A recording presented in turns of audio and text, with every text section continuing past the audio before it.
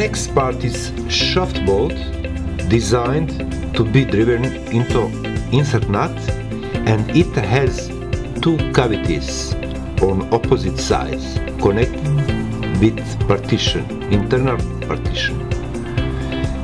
We'll screw it into studs and insert nuts and do positioning in front of us with cavities.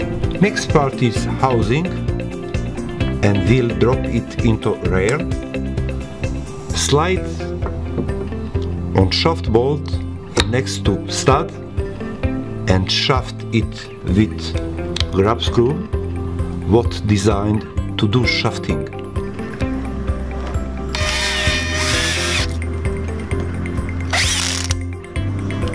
Now we have very well shafted and connected rail and stand.